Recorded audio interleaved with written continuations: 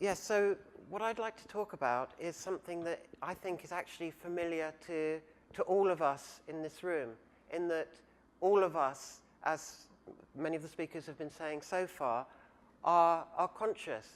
And the question is, what is that consciousness? What does it mean? How does it come to exist? And how does it relate to the physical universe? And how do we relate to each other?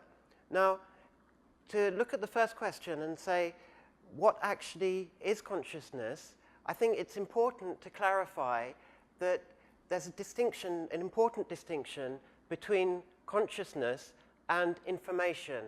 So we can be conscious of information, but information of itself isn't conscious, as demonstrated by the robot experiment that Dean Radin was demonstrating.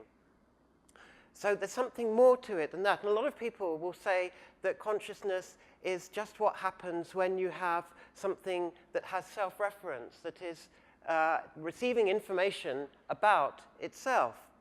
But my analogy that I would use to, in my mind at least, refute that is just simply, well, if you remember, Einstein's thought experiment was with the traveling along at the speed of light with a mirror, and he's pointing the light at the mirror, and can he see the light back again? Well, just think of a slightly different version of it that's a lot simpler. Have a camera pointing at a mirror. Okay? The camera is receiving information about itself from the mirror. It's recording that information. Some people would say it's observing the information. Does that make the camera conscious? Does that make it aware? And if it doesn't, what is it that's different about us as sentient beings that is actually different to that camera? And what I would suggest in the people trying to understand through consciousness through neurobiology, how do brains become conscious? I would suggest brains do not become conscious. Brains are not conscious any more than when you turn your radio on and hear your favorite song, the radio is singing to you. Okay? The radio, through its structure and how it's formed, is able to detect that information that's in the song, and you're able to hear it. But the fact that, and you can say, and neurobiologists will say, but if you do things to the brain, then you can do things that change consciousness, so therefore it must have made it. Well, you can detune the radio and you won't hear the song, but it doesn't prove that the radio was singing. Now, I would suggest that to truly understand the mind, we have to understand it in the context that we perceive it in. And we perceive it always here and now. So here is where we are, and now is when we are. It seems like a sort of obvious statement to make, but there's a lot more to it than meets the eye initially. What do we actually mean by now? Now, if you look at physics and the description of time in physics, in relativity, for example, or even in Newtonian physics, there is nothing to define now. There's nothing to define a present. The whole of past, present, and future, the Big Bang to the heat death of the universe, might as well be one big glob all together, with nowhere in there a cursor, if you like, pointing at a moment that we call now. Also, the laws of physics don't say that time flows. In fact, what does it even mean for time to flow? How can you have 1 second per second? And yet somehow we seem to be aware of a changing present. We're always in the now. As Schrödinger said, the present is the only thing that has no end. We're always in the now, and the past exists within the now as the definition of how things have become through causes and conditions that are previous. And the future is the future because it's not there yet. So it's potential, possibilities. And this is, I think, absolutely crucial, that we can't understand time, I would argue, unless we understand the mind. And when we do, perhaps we might see how the mind and matter are related. Now, one important thing to say is that in terms of the experiments with the very important experiments with the robot against the human, how something artificial, if you like, isn't able to have the same effect in quantum terms as a living mind. I think it's a good idea for us to consider that in the context of where we are at present in our current technological post-industrial revolution world. In fact, I'm not sure about here in the States, but I know both in Oxford and in Cambridge in the UK, there are organizations that have been set up by the faculties of those institutions looking at what they call existential risk. The risk to what are the biggest risks that could affect our survival as a species. And both of those two institutions have said that one of the biggest risks may well not be natural through asteroids or whatever, and it might not be that we will blow ourselves up, although we could do. But one of the biggest risks might be through effects of technology that we haven't yet predicted. So unless we understand what it is that distinguishes us as living sentient beings from those robots, from those machines, then there's always the danger that we'll fall into this trap of thinking that if we're just information, then we might as well just upload that information into some kind of mechanical device, and then that's us. We've got eternal existence. Well, I would put it to you that the experiment with the robots proves that there is a distinction between a collection of information and a sentient being. So to consider then in time as the three things that are important to understand time, as I say, there's the now, which is the present moment. So I'll just look at that first. Now, Erwin Schrödinger had something very important to say about now and the mind. He said that the mind is always now, and that actually time itself is generated as a result of the mind. This is in his book called What is Life, published by Cambridge University Press. Now, he derived from this the notion that since time is a product and property of mind, that the converse cannot be true, that mind cannot begin or end in time. It must be eternal. And he said, I therefore propose the indestructibility of mind by time. That which mind has created cannot bring mind to the fore, nor can it destroy it. And as I say, the laws of physics in themselves don't account for that now. And the other point about consciousness is that all of us are now, whether we're in different reference frames, experiencing different subjective space-like or time-like realities or whatever, each of us is still now to ourselves, and each of our consciousness is, in a sense, identical in the sense of being aware. What differs is the content of our awareness. What differs is our different memories. And we're all the same, arguably, if we possess such a thing as freedom of choice, and I'll argue later why I think we do, then each of us is instrumental and influential in determining the events and structure of existence in the universe through how we make our choices. So, but we differ from each other in what we're aware of, in what memories we have, and in what choices we make. Now, the next thing about time is the flow of time, what we perceive as the moving now, if you like, the ticking clock. Now, Professor Roger Penrose made the point that consciousness is the only thing that we know of for which time needs to flow at all. See, if you have, for example, a bouncing ball that moves in a parabola in a time-space diagram as it bounces, that's according to Newton's laws, well, those laws have the whole of the parabola there all at once.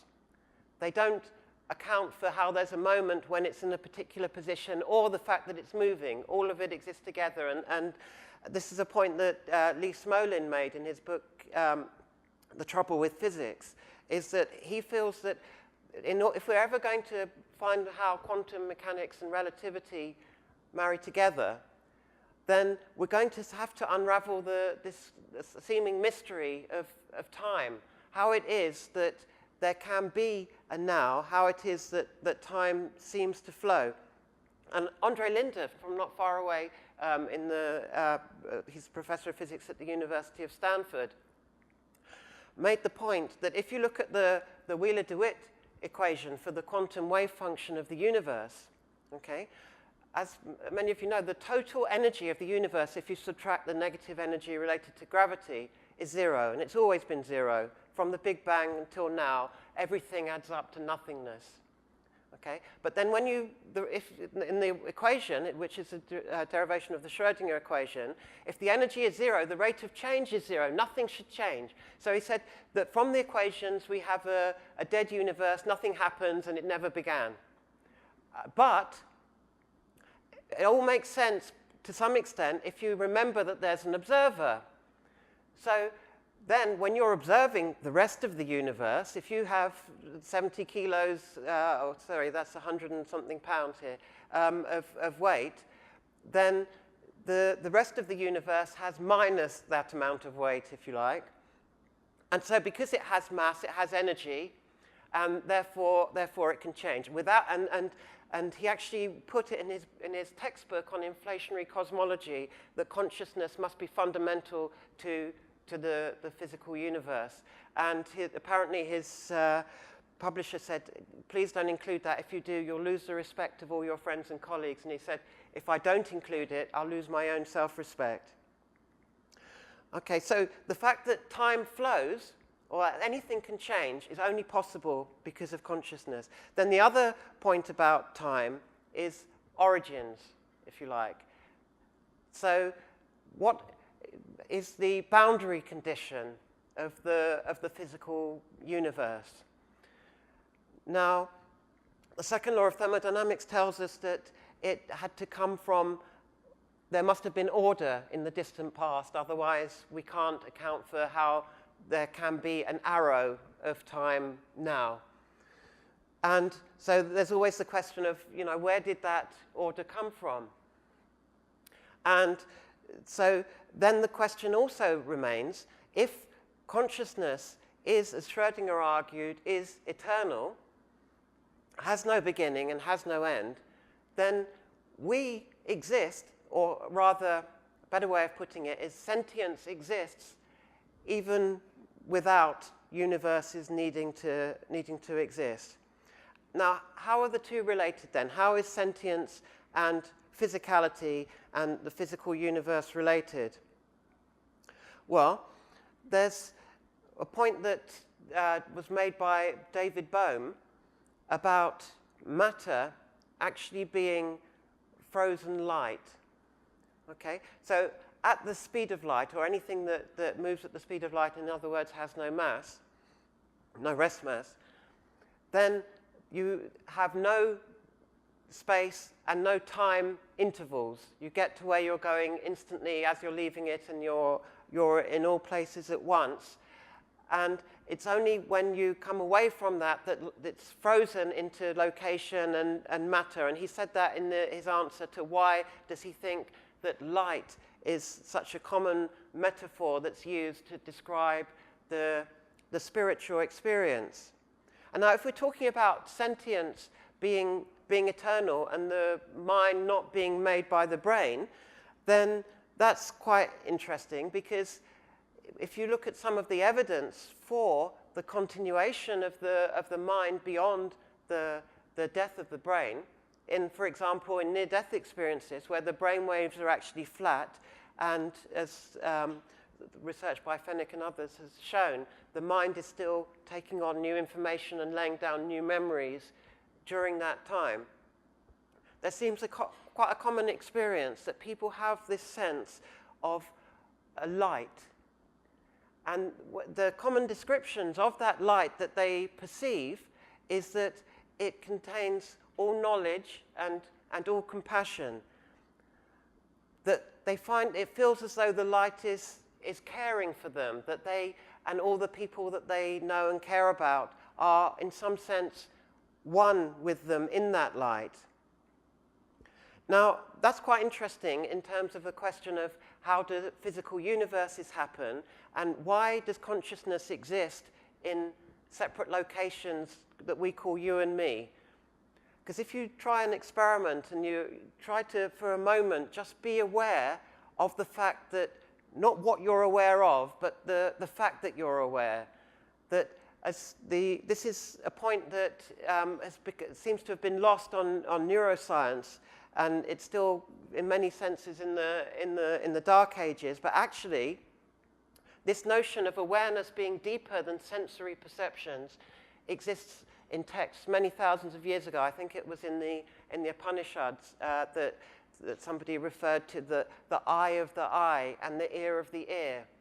So we always want to study consciousness by looking at what we perceive, but the most fascinating thing of all, as I say, I think, is not the information, but the fact that we can perceive that information. Now, the point how this, I think this ties in to time and to consciousness is that the fundamental ingredients of that consciousness, I think many people would agree, are awareness and will.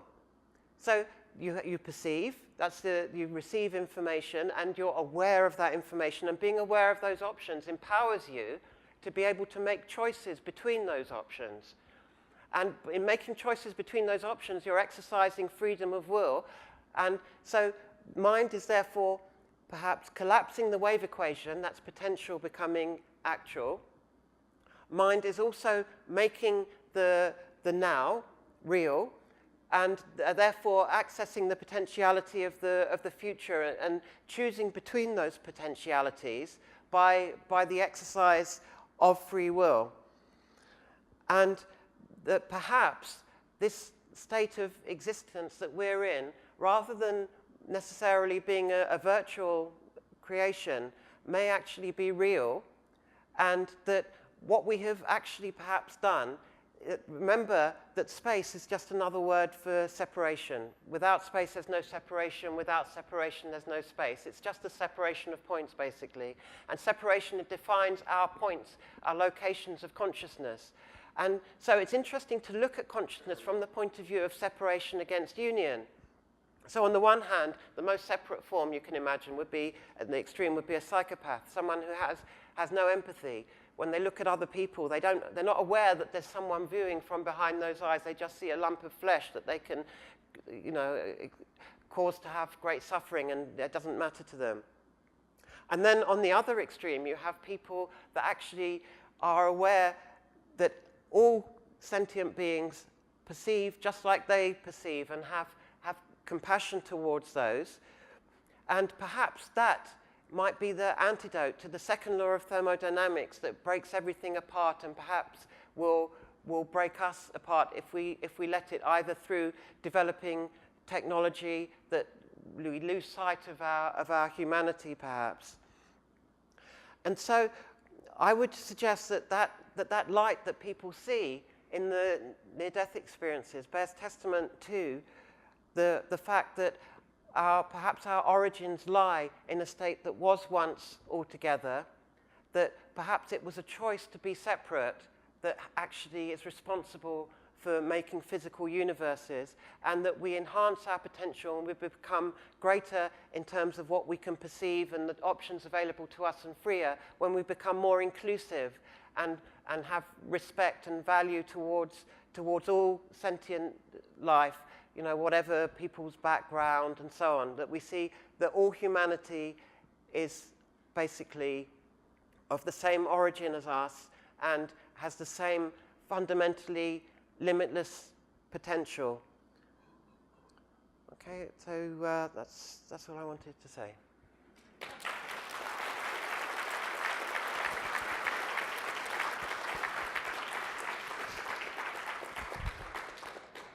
Thank you very much, Andrew. It's okay. some compelling ideas. Very interesting.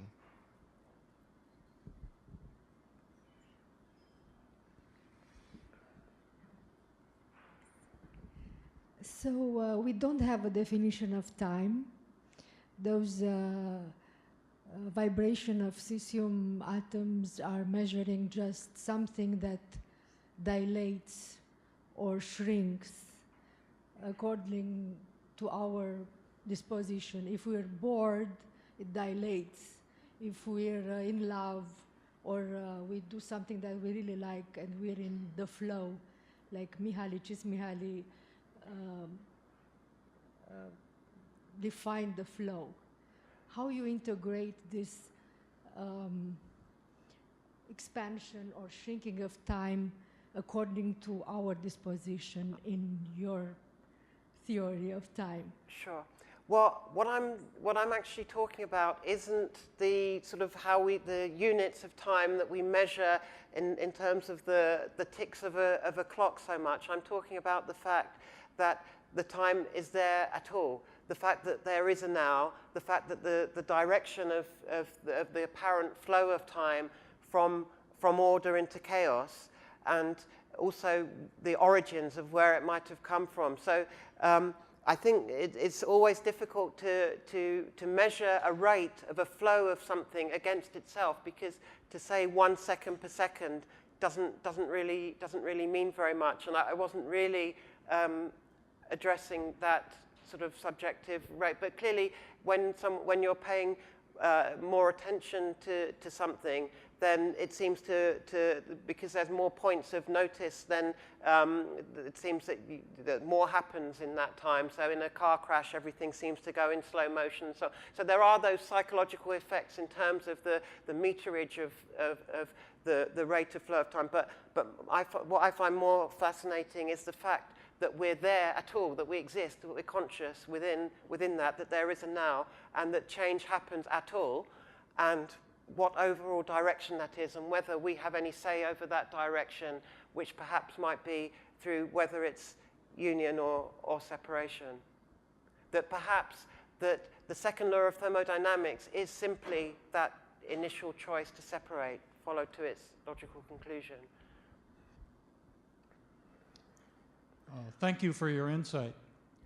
A couple of years ago, Tononi, a psychiatrist, made the point that any system consisting of a body of information and a central processing facility is conscious. It's regarding your statement that information is not consciousness. His interpretation stands alongside that. I'm suggesting that consciousness may be self-aware or may not be self-aware. Any thoughts on that? Well, I would say that if we really think, the test for whether we really think that something that processes information is conscious and aware in the same sense as we are, is do we hold that view strongly enough that we would consider it an act of murder to unplug the computer that's doing that? For me, a computer that's processing information is no less a machine than a lever is a machine. That it's, however complicated we make it, it's still a machine, and we can have a sophisticated information gathering mechanism as we want, for example, in a very high resolution, high-tech camera, and point it at the mirror so that it's receiving information about itself.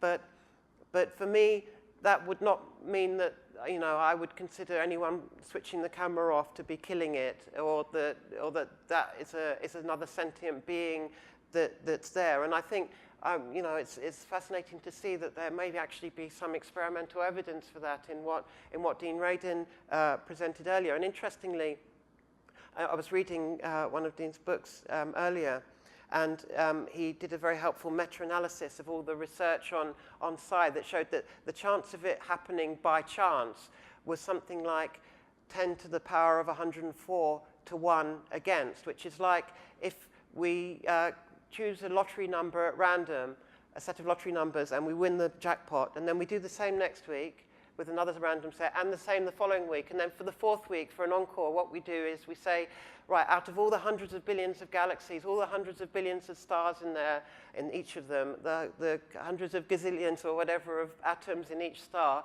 I'm going to choose an atom at random and see, and then you get that right as well. So I think perhaps enough is enough for whether we need to prove it to ourselves, whether this phenomenon exists or not, and maybe ultimately the fact that we can see that it does, that we know that it does, or we experience it self-evidently through awareness and choice, and consider perhaps a bit more the implications of what that means. But I still think, you know, empirical experiments definitely have their place, and you know, it's great that there are people doing them.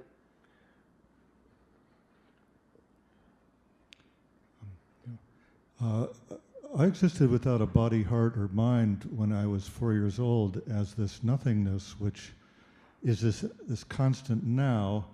And you spoke about how the potential and kinetic energy of the universe would be equal to zero, and how the frame of reference of the speed of light is a spaceless, timeless reference frame. Yeah. And what my own model is that the space-time and quantum mechanics seems to be gravitating around this observer or consciousness, which is constant and now. Why would it not be that nothingness would be what everything is gravitating and electromagnetically orchestrating around, that the now is that nothingness which is constant and endless? Well, I agree that the origin of everything is from nothingness, but the problem is we've made, I would argue, we've made a somethingness out of it, in which there's very real pain and suffering in the world and so on. And we're not sort of gravitating back to the original state of us all being one. Instead, we're sort of fighting wars and so on that are harming the experience of other conscious sentient beings. So I'm not sure if I'm answering your question correctly or if I misunderstood it, perhaps.